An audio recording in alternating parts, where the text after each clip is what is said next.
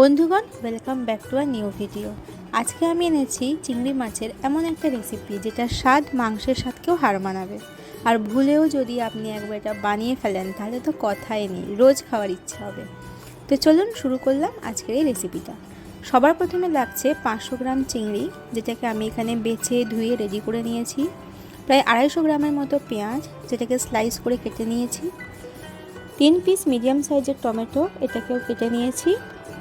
ফোড়নের জন্য লাগছে হাফ টিস্পুন গোটা জিরে, 2 পিস শুকনো লঙ্কা এবং একটা তেজপাতা। এখন একদম ফার্স্ট স্টেপে আমরা চিংড়ির মধ্যে মশলা অ্যাড করছি। 1 টিস্পুন ঝাল লঙ্কার গুঁড়ো, 1 টিস্পুন বাড়িতে তৈরি ধনে জিরে গুঁড়ো আর হাফ টিস্পুন হলুদ গুঁড়ো, সাথে স্বাদ মতো লবণ, 1 টিস্পুন আদা রসুনের পেস্ট, 2 টিস্পুন ফেটিয়ে রাখা টক দই, 1 টিস্পুন গন্ধরাজ লেবুর রস। এখন চিংড়ির মধ্যে মশলাগুলো খুব হালকা হাতে মেখে নেব। এরপরে আমি হাফ টিস্পুনের মতো গরম মশলার গুঁড়ো অ্যাড করে মাখিয়ে নিচ্ছি। 10 থেকে 15 মিনিটের জন্য চিংড়িটাকে ম্যারিনেট হতে আমরা ছেড়ে দেব। কিছুটা পরিমাণ ধনেপাতা আমি বরফ জলে ডুবিয়ে রেখেছি, এতে ফ্রিজে রাখা ধনেপাতাগুলো আবার আগের মতো একদম ফ্রেশ হয়ে যাবে। কড়াটা গরম হয়ে গেলে এর মধ্যে আমি ঢেলে দিচ্ছি 70 ml সর্ষের তেল।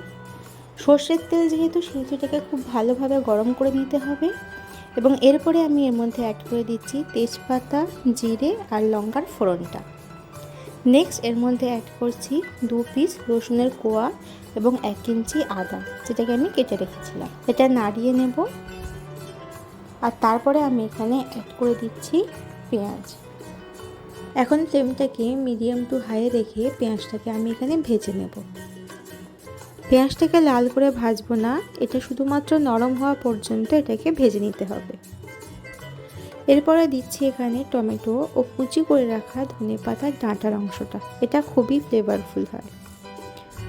টমেটো দেওয়ার পর কিছুক্ষণ এটাকে নাড়িয়ে নিয়েছি এবং নেক্সট আমরা এর মধ্যে অ্যাড করছি স্বাদ মতো লবণ, হাফ টিস্পুন ঝাল লঙ্কার গুঁড়ো, রঙের জন্য সামান্য হলুদ গুঁড়ো আর বাড়িতে তৈরি ধনে জিরে গুঁড়ো হাফ টিস্পুন।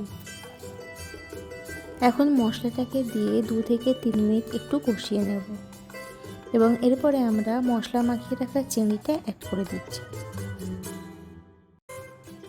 এক্সট্রা যে মশলাটা থাকবে সেটাও আমরা এখানে অ্যাড করে দেব। এই স্টেজে গ্যাসের ফ্লেমটাকে কমিয়ে দিয়ে লো টু মিডিয়ামে রেখে এটাকে আমি কষতে থাকবো। এই রান্নার একটা গুরুত্বপূর্ণ স্টেপ হলো যে আপনাকে চিংড়ি মাছকে মশলার মধ্যে ভালোভাবে কষিয়ে নিতে হবে। আমি এখানে বড় ছোট দুরকম চিংড়ি নিয়েছি, আপনি শুধুমাত্র ছোট কিংবা বড় চিংড়ি দিয়েও পুরো রান্নাটা করতে পারেন। প্রায় 4 থেকে 5 মিনিট পরে আমি এর মধ্যে বেশ কিছুটা পরিমাণে ধনেপাতা অ্যাড করে দিচ্ছি। এই স্টেজে আমি এখন চিংড়িটাকে কিছুক্ষণ ছাড়া ছাড়া নাড়িয়ে নেব, যাতে এটা পাত্রের তলায় বসে না যায় এবং এটাকে কষতে থাকব। তেজপাতার ফ্লেভার এসে গেছে, তাই আমি এটাকে বের করে নিলাম। তো চিংড়িটা অ্যাড করার পর প্রায় 13 মিনিট হয়ে গেছে, আমি এটাকে ক্রমশ কষিয়ে নিয়েছি।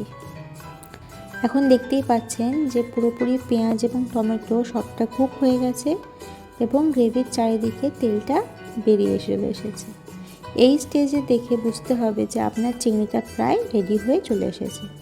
এখন একদম শেষে অ্যাড করে দিচ্ছি ফাটিয়ে রাখা 2 এলাচ, 4 পিসের মতো চিড়ে রাখা কাঁচা লঙ্কা ও 1 টিস্পুন বাটার। ব্যাস, এখন ফ্লেমটাকে অফ করে এটাকে আমি 1 মিনিটের জন্য ঢাকা দিয়ে এভাবেই ছেড়ে দেব। বন্ধুগণ, তারপরেই এটা গরম গরম ভাতের সঙ্গে সার্ভ করার জন্য একেবারে রেডি হয়ে যাবে। তো দেখতেই পেলেন কিভাবে চিংড়ির এই রেসিপিটা খুব সহজে এবং খুব অল্প উপকরণ দিয়ে আপনি বাড়িতে বানিয়ে ফেলতে পারবেন। তো নেক্সট টাইম যখন চিংড়ি আসবে এই রেসিপিটা অবশ্যই ট্রাই করবেন এবং আমাকে কমেন্ট সেকশনে অবশ্যই জানাবেন। বন্ধুগণ, আশা করছি ভিডিওটা ভালো লেগেছে। প্লিজ চ্যানেলটাকে সাবস্ক্রাইব করে দেবেন। আর খুব শীঘ্রই দেখা হচ্ছে নেক্সট ভিডিওতে নতুন একটা রেসিপির সাথে।